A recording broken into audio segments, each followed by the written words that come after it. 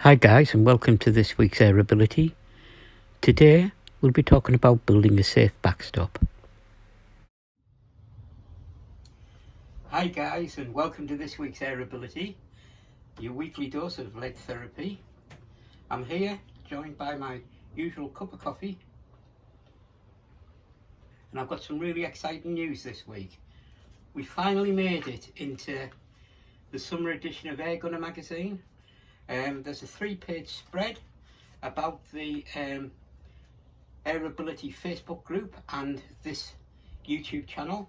It's a great read. Obviously, I'm going to encourage everybody to go out and buy one because it really shows what we've managed to achieve over the last few months and what a great resource we have between ourselves. So if you want to have a good read, go out, buy Airgun magazine. That's what it looks like. It's available from Monday the 14th. I would just like to thank everybody who helped me and contributed to the drafting of this article, supplying me with photos and text. I think it came out really well in the end.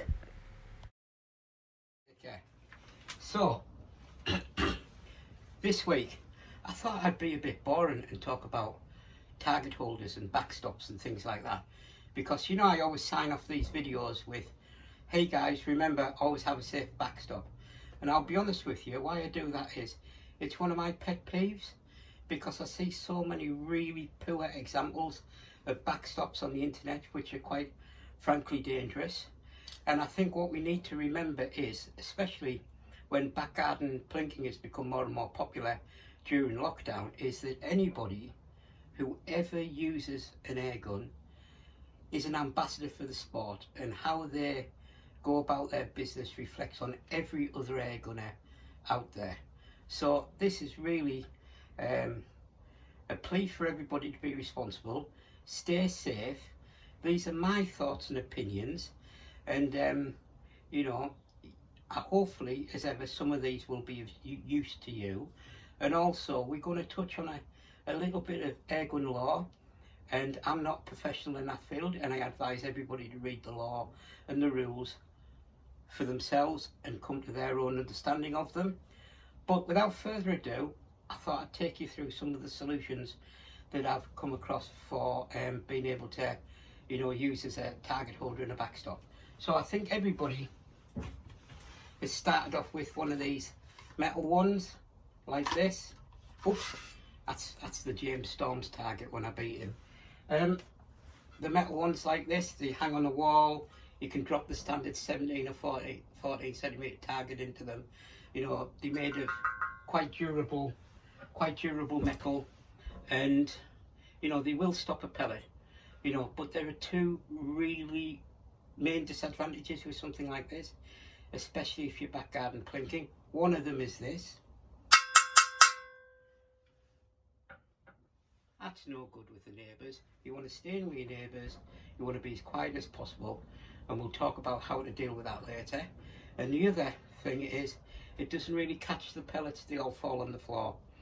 And that's not the greatest solution in the world, but it is safe, and if you've got a good backstop behind it in case you miss, nothing's going to go through this baby.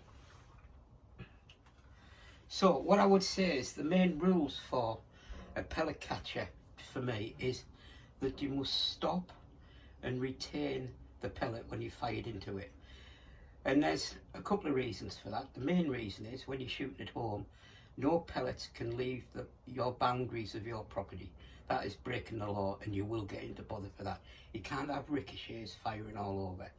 That's why these people who post up big sheets of metal with targets stuck on, probably not the best idea, because you cannot guarantee where every pellet's going. Also, you need to be able to get the lead out of the target box so you can recycle it. It's no good in the environment. You've seen all these articles in the airgun press and shooting press about the days of lead pellets are possibly numbered. So I think, again, be responsible, collect all your lead at the end of the day, and recycle it. And again, thirdly, I think when you're building a box, to to hold your targets and use as a backstop, you've got to consider the neighbours and you've got to be as quiet as possible. So I'm going to introduce you to one of my two main backstops, and this is Old Faithful. It's a bit of a beast. This is an old ammunition box, and this has been outside for years now, but I just wanted to show you that once you build one of these things, they basically last forever. So this is a steel ammunition box. I put a couple of blocks of wood at the top and the bottom here to hold bulldog clips, and then I can just slip my targets in like this, and away you go. It will accommodate an A4 target, this box, and held at both ends. And what I do is I fill it with something nice and soft to stop any ricochets. Behind this there is also a 2mm steel plate that I added to the box, so nothing's going to go through this. Now there's a lot of conversations about what you put in your target boxes to make it quiet, to make it safe, to stop rebounds coming out and everything. And I find I've used a lot of things, and what I find the best is just tightly packed rags. In this case it's an old cushion cover with rags in it, or carpet, or I do buy some cheap industrial carpet tiles for my other box that I shoot into. So it's all about something that will absorb the shock, and to be honest, I have a steel plate at the back and the pellets never get through the rags to that. When you want to recycle your lead, I just take the rags out of the pillowcase cover, give them a good shake into a bucket and repack them, and away you go again. And to be honest, it's every 6 months I do that. And I'll show you a bucket of my recycled lead now. This is a bit of an old photo now. I'm well into filling my second bucket since the beginning of lockdown. As you can see, shooting M8 screws doesn't help your accuracy much. As you can see, I do shoot too much. So then what I needed to do was have a target box that, one, did all the things we've just said. You know, that it was a safe backstop, nothing came out of it, it was quiet, and I could recycle the lead. But there was one other thing that I didn't take into account, and that was Mrs. G. So when I built a permanent fixture in the garden, Mrs. G wanted it to not be a sore thumb and not look crappy basically. So what I did was I built a little mini shed with a door on, and when I'm finished the door closes and everything's covered up and you can see nothing, and we've even painted it the same colour of the fence.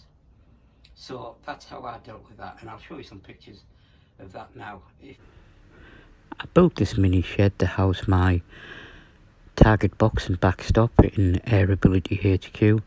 It was a little hard to get out of the shed because it was quite heavy, a bit like building a boat in your basement.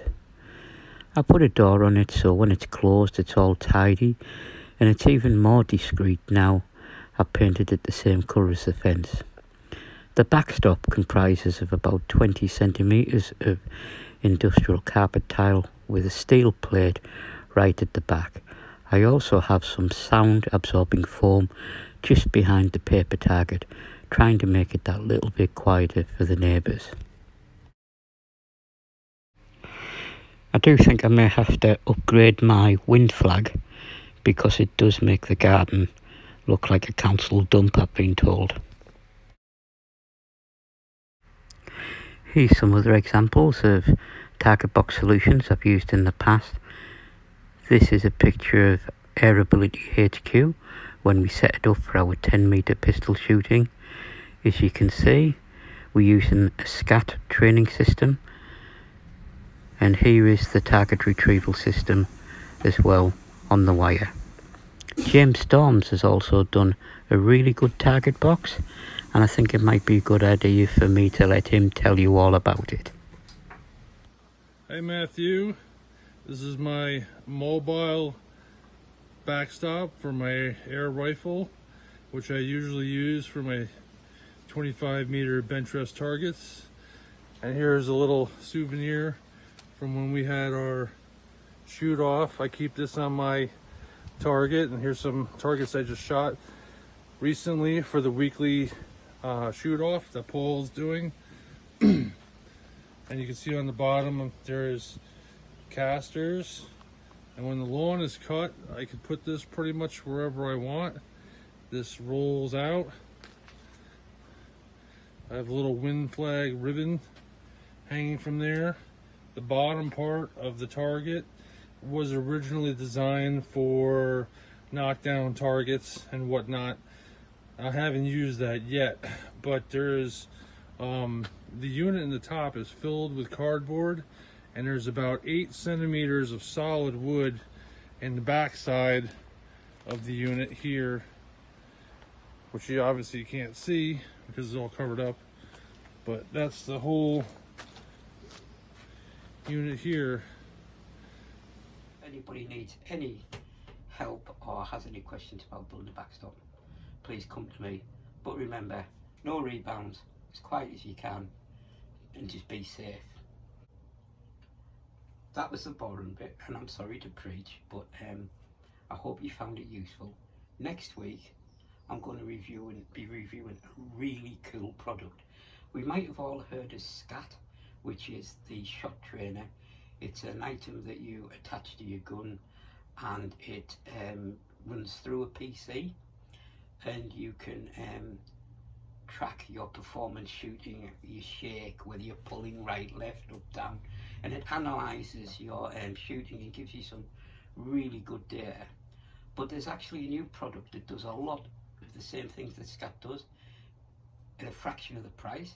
It's called the Mantis X3. It's from America. Mine's arriving today. I'll have it straight out tonight. I'll get a video done for you next week. And the great thing about this is it's a bit like the FX chronograph. No need for a computer. It all loads up to your iPhone.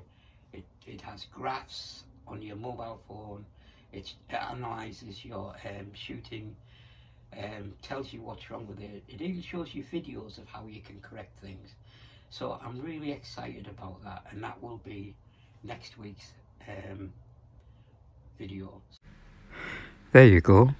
A quick look at what I'll be reviewing next week. Fresh from America. So, until then, I can say this knowing that you all know how to do it now. Remember, always have a safe backstop. Take care, guys. See you next time on AirAbility.